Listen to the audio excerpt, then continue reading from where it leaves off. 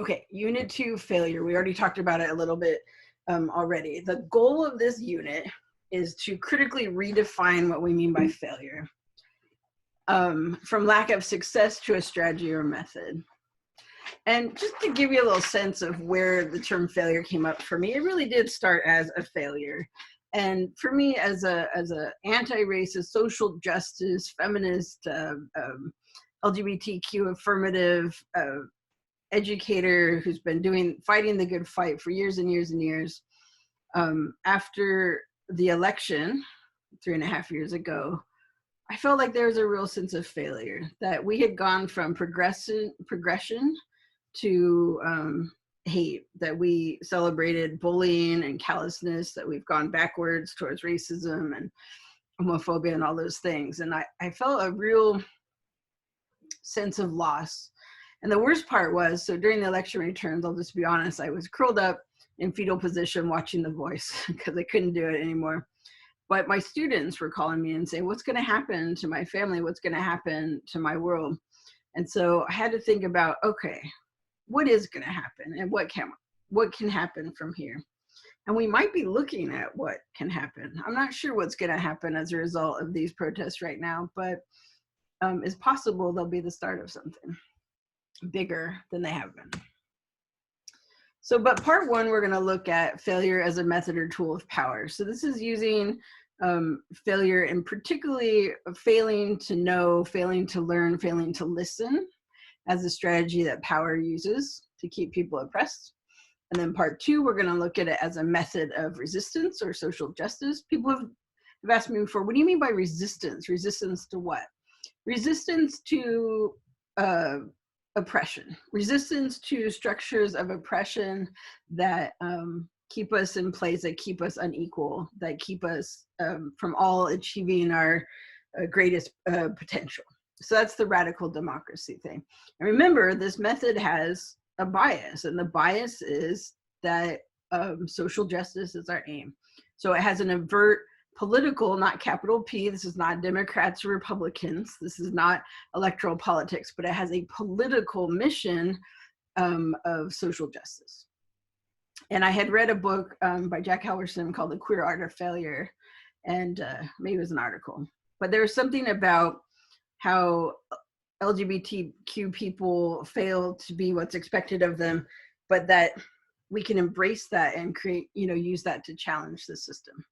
So if that all sounds incredibly esoteric, just hold on for the ride and I'll unpack it for you. Yeah, that one will be failing so good. So we're gonna do that for the next 2 weeks. Today is gonna look at failure as a dick move, okay? So this is the idea that, particularly since we talked about the colonial epistemology and everything else as a way of organizing knowledge, there's also the failure not to know. And as you remember, that we don't know about the Congo and we don't know what the Belgians did in terms of genocide. And that's also an instrument of power, is to not know things. So we're gonna look at that today. We're gonna look at two things. Oh, here's your big word, agnotology. I'll define it on the next one. But the two elements of this and the two parts of our lecture today will be, first of all, it's a position of privilege that you don't need to know certain things. So ignorance is often a mark of privilege, and we'll talk about what that means.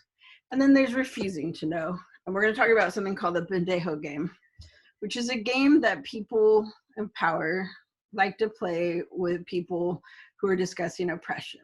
And it can apply to many, many examples, but I will use race and gender primarily today as our examples, but it can be used in a lot of other ways. So I'm showing you like life is just like a penis, simple, relaxed, hanging freely. It's women that make it hard. And then you're like, what? That's so rude. And they're like, oh, it's just a joke, just a joke. So we'll talk about these things. So agnotology, this is your big word for the lecture. This is your $10 word that you can be cool at parties. No, but if you do go into grad school, this is the shit you pull out and you're like, bam, I've got intellectual capital. I know the term agnotology.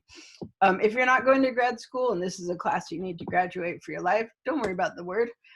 Just get the idea. So the idea is it's the opposite of epistemology, and that it's defined as ignorance, but it's more than ignorance. It's culturally sanctioned ignorance. It's ignorance that you're allowed to have. So sometimes it's about information withheld from us, and sometimes it's a willful denial or choosing not to know. Forgetting knowledge that challenges those in power. For example, we like to forget genocides.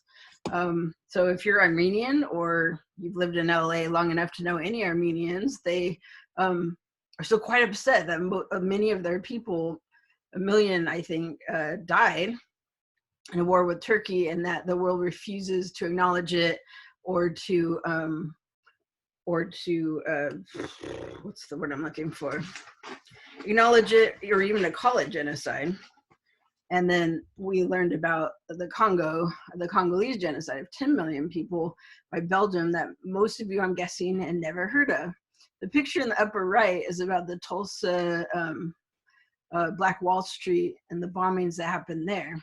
I'm so excited that it's getting more coverage, that there's going to be a documentary, that there's going to be movies about it.